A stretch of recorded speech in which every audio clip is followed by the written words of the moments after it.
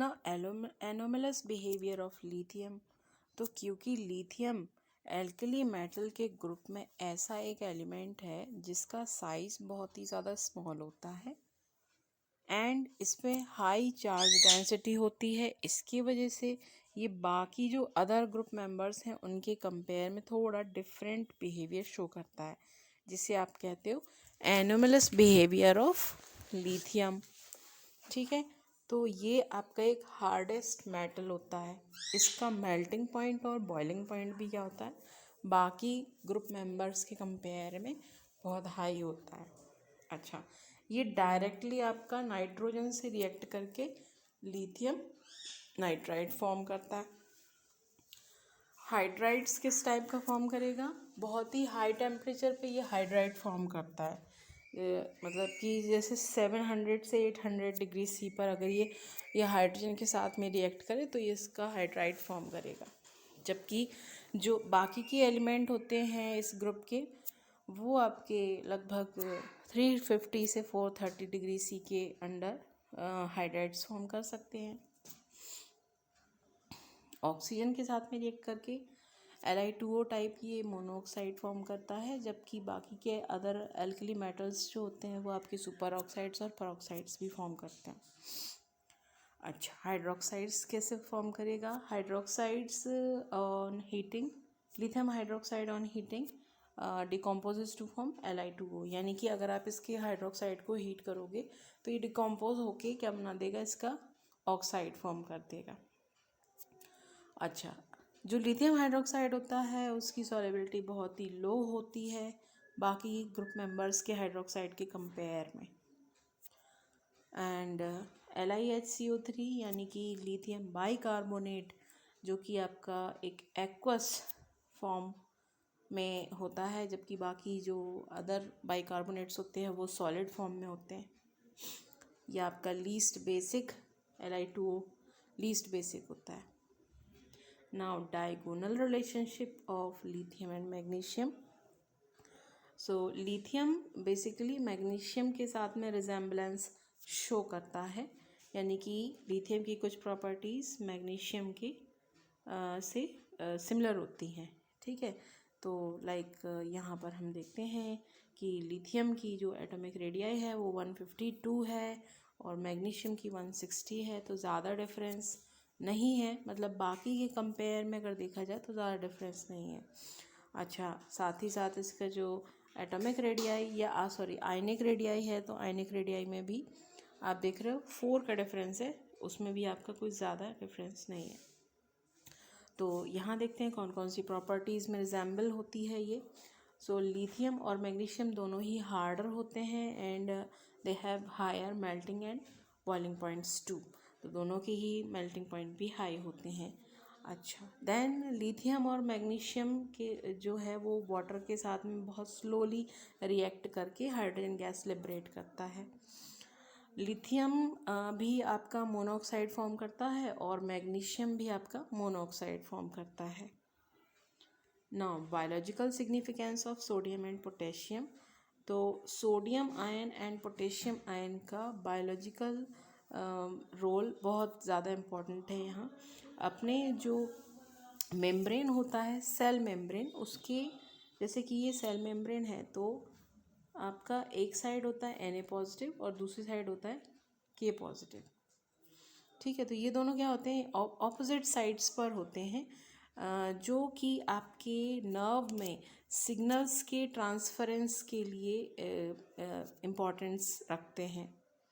ठीक है, जिसे आप सोडियम पोटेशियम पंप भी कहते हो।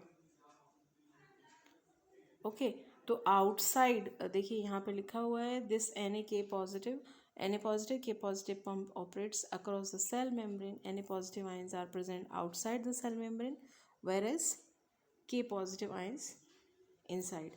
तो K positive आपका अंदर होता है और Na positive आपके कहाँ होते हैं, बाहर होते हैं, जितनी भी आपकी सेल मेम्ब्रेन होती है इस तरीके से।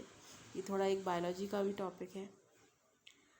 तो क्या क्या हेल्प करता है, it regulates the flow of water across the cell membrane, then nerve signals के ट्रांसफरेंस के लिए, ट्रांसमिशन के लिए हेल्प करता है, and transportation of carbohydrates amino acids में भी ये हेल्प करता है, और साथ ही साथ वेरियस काइंड्स ऑफ एंजाइम्स की एक्टिविटी के लिए भी एंड एटीपी फॉर्मेशन के लिए भी ये रिस्पॉन्सिबल होता है। नाउ एस ब्लॉक एलिमेंट का जो दूसरा ग्रुप है, सेकेंड ग्रुप, उसके बारे में बात करते हैं तो उसे हम आप कहोगे एल्कलाइन अर्थ मेटल्स। इसमें कौन कौन से एलिमेंट्स होते हैं? तो इसमें एलिमेंट होते हैं beryllium, magnesium, calcium, strontium, barium and radium. ये होते हैं एलिमेंट सेकेंड ए ग्रुप में। इनको आप क्या कहते हो? Alkaline earth metals. Now occurrence, तो ये भी आपके सिलिकेट्स के फॉर्म में, सल्फेट्स, कार्बोनेट्स एंड फॉस्फेट्स के फॉर्म में कंबाइंड स्टेट में नेचर में मिलते हैं और अर्थ क्रस्ट पे ही मिलते हैं। ठीक है, इसीलिए आप इनको एल्कलाइन अर्थ मेटल्स भी कहते हो। अच्छा, इसमें से जो रेडियम होता है, क्योंकि वो रेडियो एक्टिव एलिमेंट है, तो ये आपका जो है बहुत ही एक्सट्रीमली रेयर एलिमेंट है, यानी कि इसकी जो नेचुरल एविडेंस है वो थोड़ी सी कम है बाकी मेंबर्स के कंपेयर में। अब जितने बाकी के मेंबर्स हैं, जो बेरिलियम, मैग्नीशियम, कैल्शियम, ये भी आपके कंबाइंड स्टेट में नेचर में मिलते हैं, तो ये ओर्स के फॉर्म में मिलते हैं। कौन कौन से इसके ओर्स हैं और मिनरल्स हैं, ये सारे आपको देखना है। यहाँ बेरिलियम के बेरिल, फेनेसाइट और क्राइसोबेरिल, ये बेरिलियम के हो गए। मैग्नीशियम के लिए मैग्नेसाइट, एप्सोमाइट, कार्नेलाइट, डोलोमाइट, ये मैग्नीशियम के हो गए। कैल्शियम के लिए जिप्सम, फ्लोरस्पार, लाइमस्टोन, ये सारे आपके कैल्शियम के हो गए। देन स्ट्रोंशियम के लिए स्ट्रोंशियोनाइट एंड सेलेस्टाइन, बेरियम के बैरियट्स एंड वाइदराइट। नाउ इलेक्ट्रॉनिक कॉन्फ़िगरेशन, तो इलेक्ट्रॉनिक कॉन्फ़िगरेशन जनरल वाला अगर हम देखेंगे तो लास्ट का जो 2 इलेक्ट्रॉन है वो आपका एस ऑर्बिटल में जाए तो उसको हम क्या कहते हैं? सेकेंड ए ग्रुप का एलिमेंट होगा। तो ये आपका इलेक्ट्रॉनिक कॉन्फ़िगरेशन देखिए ध्यान से। बेरिलियम का एटॉमिक नंबर 4 होता है, तो आप इसे कैसे करोगे? 1s2 2s2। मैग्नीशियम का 12 होता है, तो 1s2 2s2 2p6 3s2। तो बहुत ही सिंपल है, बाकी आप इसको कर लोगे आराम से। Now atomic radii and ionic radii, तो इनकी जो एटॉमिक रेडियाई है और आयनिक रेडियाई है वो स्मॉलर होती है इन कंपैरिजन ऑफ एल्कली मेटल्स। ठीक है, क्योंकि न्यूक्लियर चार्ज इंक्रीज होता है। और अगर बात करते हैं ग्रुप में ऊपर से नीचे जाने पर, तो on moving down the group atomic radii जैसे उसमें भी बढ़ती थी इसमें भी इंक्रीज करेगी। ठीक है, क्योंकि नंबर ऑफ शेल्स क्या होते हैं? इंक्रीज होते हैं। आयनाइजेशन एंथैल्पी इनकी क्या होगी? थोड़ी सी ग्रेटर होगी in comparison of alkali metals. ठीक, तो ionization enthalpy of alkaline earth metals are low because of their fairly size of respective periods, but alkali metals के कंपेयर में हायर होती है। ठीक है, क्योंकि यहाँ पर जो आपका न्यूक्लियर चार्ज है वो इंक्रीज हो रहा है ना, इसलिए। अच्छा, अब यहाँ पे एक चीज़ और देखें कि अगर आप इनकी फर्स्ट और सेकंड आयनाइजेशन एनर्जी की बात करोगे तो देखो थर्ड आयनाइजेशन एंथैल्पी जो है वो सबसे ज़्यादा होगी आपके सेकंड और फर्स्ट आयनाइजेशन एनर्जी के कंपेयर में। Now reactivity towards the air, यानी कि अगर ऑक्सीजन या एयर के साथ में रिएक्ट करेंगे तो एमओ टाइप के ऑक्साइड्स फॉर्म करते हैं, MO2 टाइप के भी ऑक्साइड्स फॉर्म करते हैं, जिसमें से जो ऑक्सीजन के लिए रिएक्टिविटी यानी कि सबसे जल्दी कौन रिएक्ट करेगा ऑक्सीजन के साथ? रेडियम, फिर उससे कम बेरियम। तो ये रिएक्टिविटी ऑर्डर दिया हुआ है इसमें। नाउ रिएक्शन विथ वाटर, तो जो आपका बीई मेटल है वो तो आपका वाटर के साथ में रिएक्ट नहीं करता है, वो स्टीम के साथ में करेगा। स्टीम के साथ भी नहीं कर रहा है क्योंकि वो आपका फर्स्ट एलिमेंट है, और फर्स्ट एलिमेंट की कुछ डिफरेंट प्रॉपर्टी होती है बाकी अदर मेंबर के कंपेयर में। ठीक है। बाकी इसके अलावा जो आपके मैग्नीशियम है वो हॉट वाटर के साथ में या स्टीम के साथ में रिएक्ट करके हाइड्रोजन गैस लिबरेट करेगा और ऑक्साइड फॉर्म करेगा। ठीक है। अच्छा, फिर इसके अलावा आपके जो है कैल्शियम, स्ट्रॉन्शियम, बेरियम, ये कोल्ड वाटर के साथ में भी रिएक्ट कर सकते हैं। एंड तो यहाँ इसका एक रिएक्टिविटी ऑर्डर बन जाता है कि भाई यहाँ पर जो आपके कैल्शियम, स्ट्रॉन्शियम और बेरियम है, इनकी रिएक्टिविटी ज़्यादा है इन comparison of magnesium and beryllium. तो देखो आप यहाँ ये कोल्ड वाटर के साथ भी रिएक्ट कर ले रहे हैं, जबकि मैग्नीशियम के लिए हॉट वाटर रिक्वायरमेंट चाहिए, जबकि बेरिलियम तो रिएक्शन ही नहीं कर रहा। तो ये रिएक्टिविटी ऑर्डर बन जाएगा। Now reactivity with towards halogen, तो हैलोजन के साथ में रिएक्ट करके MX2 टाइप हैलाइड्स फॉर्म करते हैं और ये आयनिक इन नेचर होंगे। Now anomalous behaviour of beryllium, तो बेरिलियम क्योंकि आपका फर्स्ट मेंबर है एल्कलाइन अर्थ मेटल्स का, और क्योंकि इसका एटॉमिक साइज बहुत छोटा होता है, हाई इलेक्ट्रोनेगेटिविटी है, बाकी अदर मेंबर्स के कंपेयर में हाई पोलराइजिंग पावर भी है इसकी, तो ये डिफरेंट नेचर शो करता है, कोवेलेंट कंपाउंड्स फॉर्म करता है, जबकि बाकी के जो मेंबर्स हैं वो आयनिक कंपाउंड्स फॉर्म करते हैं।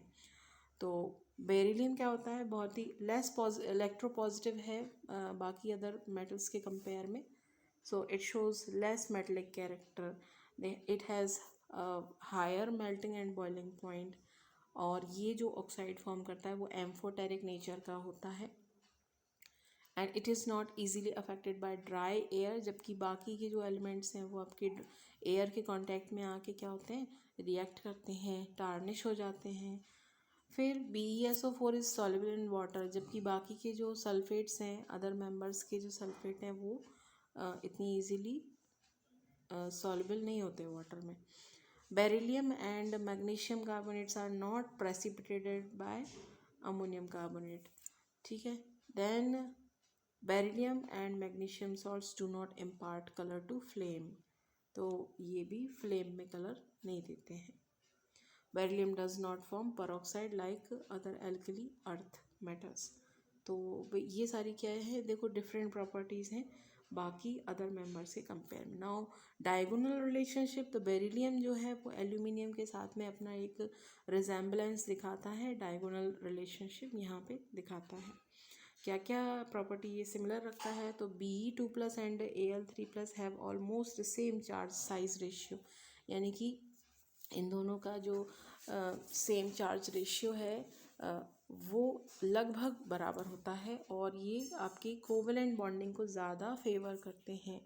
Both form covalent bonding compounds having low melting and are soluble in organic solvent, तो क्योंकि कोवेलेंट बॉन्ड फॉर्म कर रहा है तो ऑर्गेनिक सॉल्वेंट में डिजॉल्व होगा, आयनिक में तो होगा नहीं।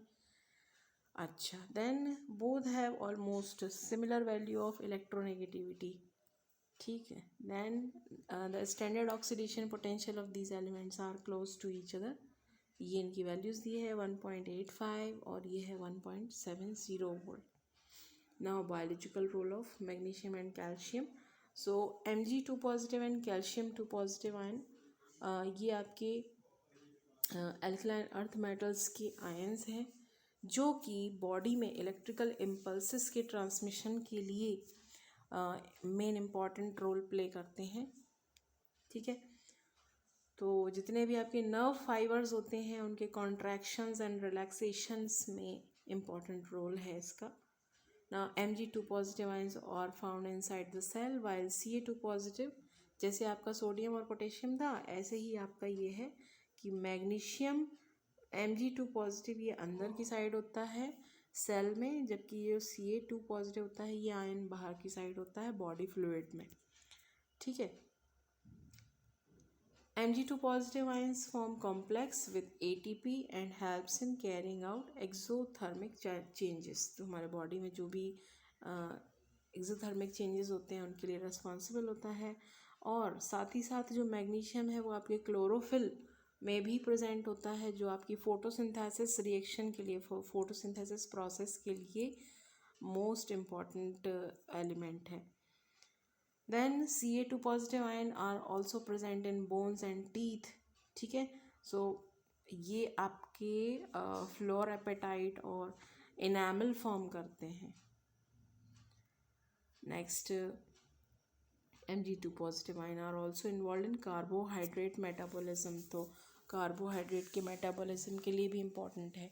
और calcium also plays important role in neuromuscular functions, interneuronal transmission, cell membrane integrating and blood coagulation. तो मतलब बहुत ही ज़्यादा इम्पॉर्टेंट है ये, बायोलॉजिकल इसका रोल बहुत ही ज़्यादा इम्पॉर्टेंट है। And the calcium content in plasma is regulated about 100 milligram per liter।